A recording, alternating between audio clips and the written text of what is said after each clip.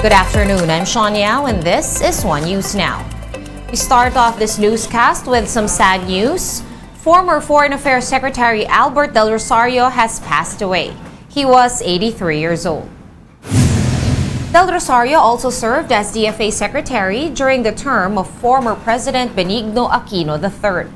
Under the Aquino administration, Del Rosario and his team led the Philippines to victory in its arbitration case against China. He also served as Philippine ambassador to the United States under former President Gloria Macapagal Arroyo. Details on Del Rosario's wake and interment will be announced later on. And the Foreign Affairs Department assures the safety of overseas Filipino workers in Taiwan as well as in other countries. In a statement, DFA expressed its commitment to safeguard the welfare of all Filipino workers abroad. The agency added that its dealings have always been on the basis of, quote, mutual respect and adherence to international law. Meanwhile, Manila Economic and Cultural Office Chairman Silvestre Bello also assured that OFWs remain safe in Taiwan as there is no tension. The statements come following Chinese envoy Huang Xilian's remarks advising the Philippines against recognizing Taiwan's independence. The situation is very normal. Walang mga OFWs na nagsasabi sa amin na gusto nilang umuwi. Yung community natin doon is well organized. They have plans just in case of an emergency. We have nothing to worry about. And one political expert believes a Chinese ambassador to the Philippines, Huang Xilian's statement was not misquoted. In an interview with The Big Story, political science professor Renato de Castro explained that Huang's message was for the Philippines to do something.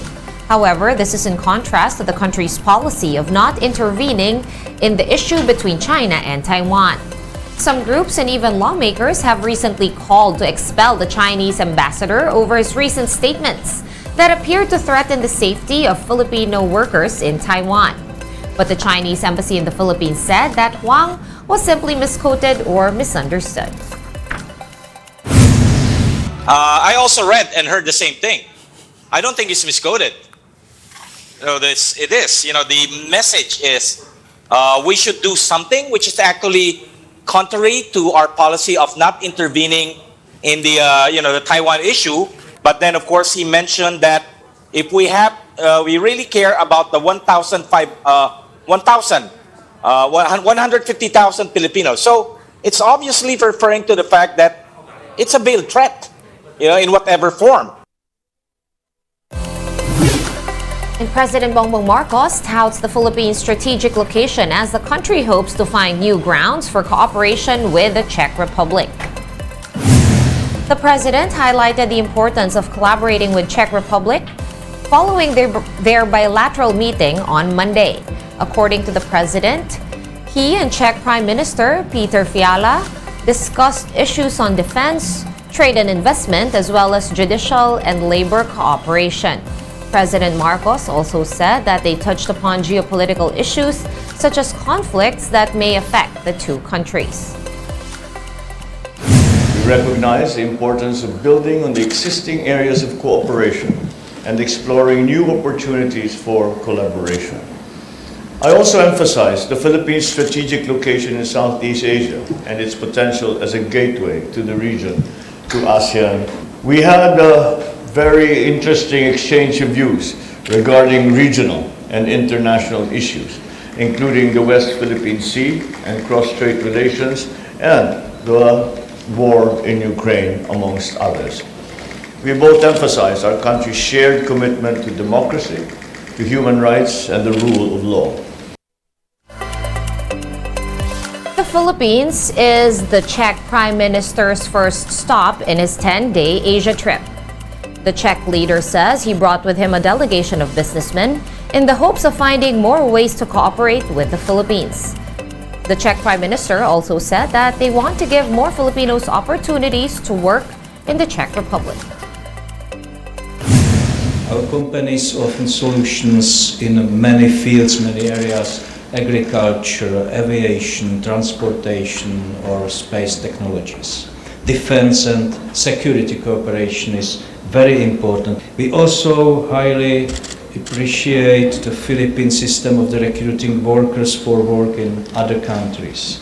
Czech companies are very satisfied with Philippine citizens. We are discussing the possibilities to expand migration for work. We're gonna pause for a quick break, but One News Now will be back with more stories after that. Stay with us.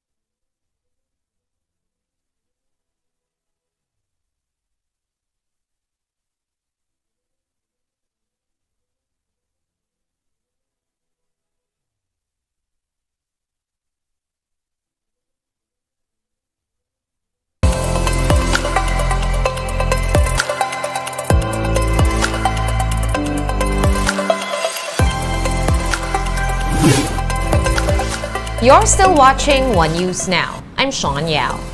Former presidential spokesperson Edwin Lasherda clarified that no politics were involved in the meeting between former Senator Mar Rojas, former President Gloria Macapagal Arroyo, and Vice President Sara Duterte. This comes amid rumors that President Bongbong Marcos is considering appointing Rojas as Agriculture Secretary. Lasherda says the three politicians met in Rojas City in line with the Foundation Day in the Visayan province and that there was no discussions of an appointment. However, Lasherda believes that having an opposition figure in the cabinet of the president would do him well, especially following his campaign promises of unity.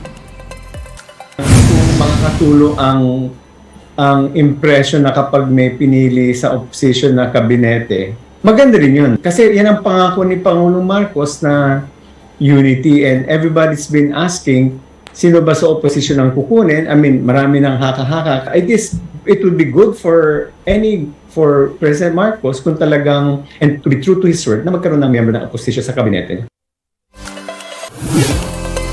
And water service interruptions for some 1.1 million households this week could be suspended. The National Water Resources Board recently approved increasing the allocation from the Angat Dam by 2 cubic meters per second to 52 CMS effective April 16. This was done to further prevent service interruptions from Maynilad. However, the water concessionaire says it still has to make sure that the allocation is enough before making the call to suspend the interruptions altogether. You had to make sure that the 52 was happening. It was only released yesterday. Okay.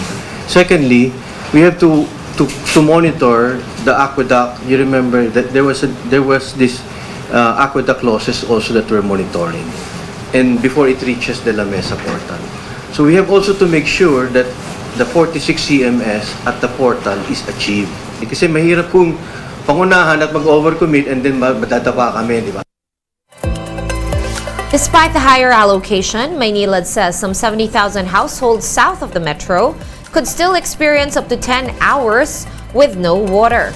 The water concessionaire attributed this to limited pipe capacity and challenges at its Putatan water treatment plant. Po yung tubo na yon ay hindi enough yung water supply, yung kanyang pipe capacity para po ma-push yung tubig. Kung mayroon man kaming sobrang tubig mula sa north, hindi po siya pwedeng ma-push fully dun sa kakulangan ng south. So talaga pong separate system siya. Meron pa pong mga areas po kami sa south na currently nakaka-experience pa rin po ng less than 10 hours of water interruption because po dun sa challenges or existing challenges na nangyayari doon sa aming Putatan plants. Okay, ito pong challenges na to, nung mga nakaraang buwan po kasi tumaas po yung turbidity ng raw water namin mula sa Laguna Lake and naka-apekto po doon sa capability ng pag-treat ng water ng aming Putatan treatment plants. Let's now take a quick look at today's other top stories. Oil companies have adjusted fuel prices this week and it's a mixed bag. Diesel will be cheaper by 40 centavos while gasoline prices will be going up by 30 centavos per liter. Philippine Coast Guard reports that the oil spill cleanup along the shoreline of Oriental Mindoro is now 78% complete. The PCG says this figure translates to some 31 kilometers out of the 40 kilometers of affected shoreline. The musical The Phantom of the Opera ends its 35-year run on Broadway. The show, which is based on a novel by Gaston Leroux, debuted back in 1988 and has won over 70 major awards.